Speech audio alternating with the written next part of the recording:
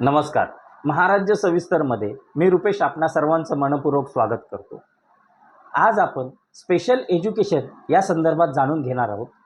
आपणासोबत special educator श्रद्धाजी शिर्के ह्या आहेत. श्रद्धाजी नमस्कार.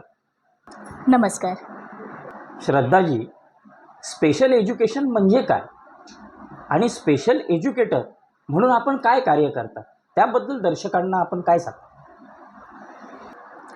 मी तुम्हाला स्पेशल एज्युकेशन म्हणजे काय हे आधी सांगते.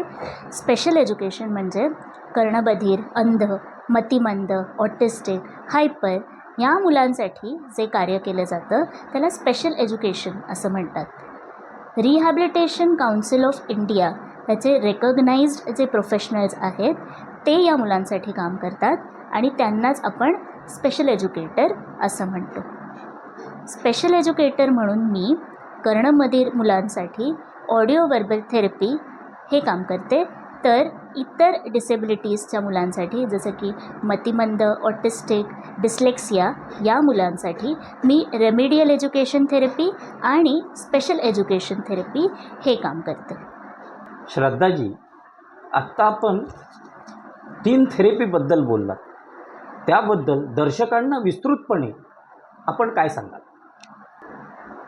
मी काम करत असलेल्या audio verbal therapy, special education therapy आणि रेमेडियल एज्युकेशन थेरपीबद्दल मी तुम्हाला नक्कीच सांगते.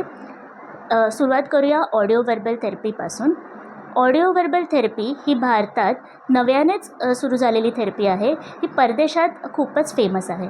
तर ऑडिओ वर्बल थेरपी म्हणजे काय, तर ही कर्णबधिर मुलांना ऐकून बोलायला शिकवणे ही म्हणजे ऑडिओ वर्बल थेरपी असते. तर ज्या मुलांनी हिअरिंग मशीन लावलेलं आहे किंवा ज्यांची सर्जरी झाली आहे, ज्याला आपण कॉक्लिअर इम्प्लांट असं म्हणतो, हे लावल्यानंतर ऑडिओ वर्बल थेरपी त्या मुलांना दिली जाते. ह्यातून त्यांना ऐकून बोलायला शिकवलं जातं.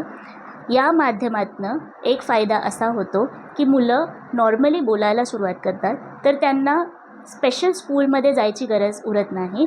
तर आम्ही शिकलो अशा मेनस्ट्रीम शाळेतनं ते त्यांचं शिक्षण पूर्ण करू शकतात. तर ही आहे ऑडिओ वर्बल थेरपी. आता दुसरी स्पेशल एज्युकेशन थेरपी आणि तिसरी रेमिडियल एज्युकेशन थेरपी याबद्दल मी तुम्हाला सांगते. तर ज्या मुलांच्या विशेष गरजा आहेत, जसं की मुलं डिसेबल्ड आहेत, एक्झाम्पल ऑटिझम किंवा सेरेब्रल पॉल्सी, डिस्लेक्सिया हे असलेल्या मुलांसाठी स्पेशल एज्युकेशन थेरपी घेतली जाते.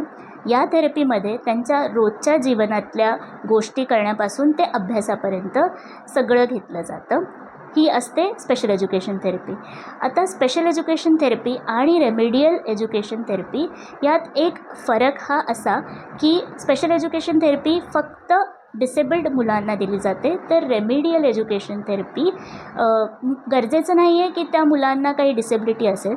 जर त्यांना शिक्षणामध्ये काही अडचणी येत असतील, जसं की लिहिण्या वाचण्यात किंवा गणितात अडचणी येत असतील, तर तेव्हासुद्धा नॉर्मल शाळेतली मुलंसुद्धा रेमेडियल एज्युकेशन थेरपी घेऊ शकतात.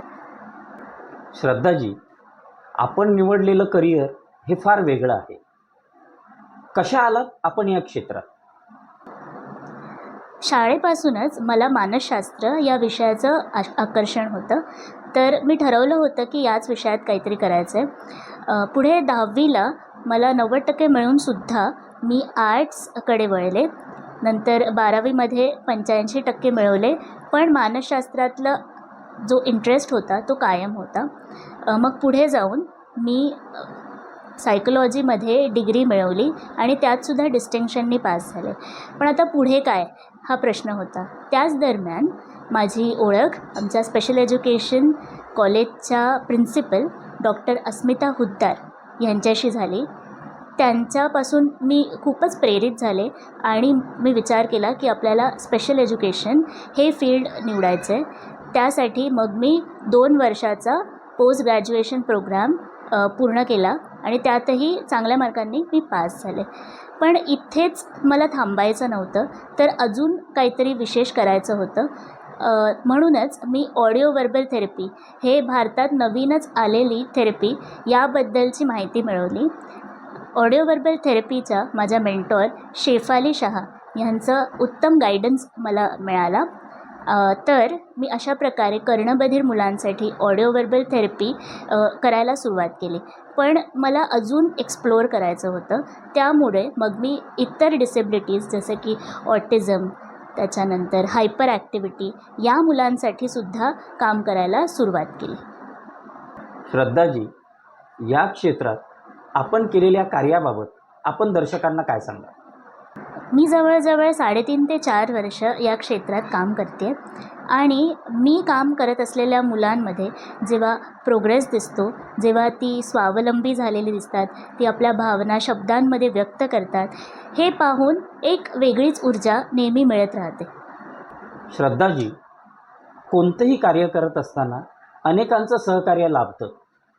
आपल्याला सहकार्य करणाऱ्यांविषयी आपण काय सांगा? सगळ्यात मोठं आणि महत्त्वाचं सहकार्य मला मिळालं माझ्या आईबाबांकडून. त्याचसोबत माझे सगळे शाळेपासूनचे शिक्षक, त्याच्यानंतर कॉलेजचे शिक्षक, वेदावती परांजपे मॅडम, आभा पांडे, मनीषा पांडे, डॉक्टर अस्मिता हुद्दार, डॉक्टर गायत्री शिरूर मॅम ह्यांचं सहकार्य लाभलं. त्याच्यानंतर माझ्या मेंटॉर शेफाली शहा मॅम ह्यांच्या गायडन्समुळेच मी इथपर्यंत पोचले. त्यानंतर माझी पुढची वाटचाल, करिअरची वाटचाल सुकर करण्यासाठी माझे कोलॅबरेटिंग पार्टनर्स मोहिनी शहा आणि विशाल सरूप ह्यांचे पण मी आभार मानते.